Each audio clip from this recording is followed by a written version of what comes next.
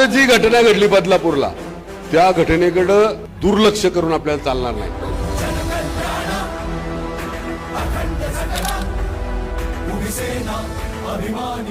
मला सख्खी बहीण नाही.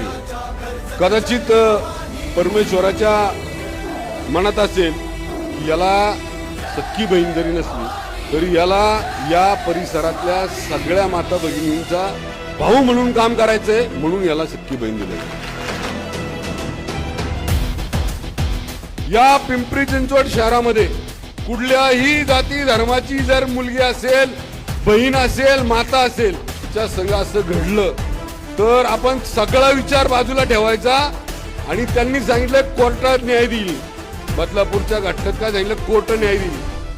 अशी घटना जर पिंपरी चिंचवड मध्ये घडली तर मी तुम्हाला सांगतो, तुम्ही माझ्या बरोबर चालायचं, त्याला ठेचून मारायचं काम मी करतो.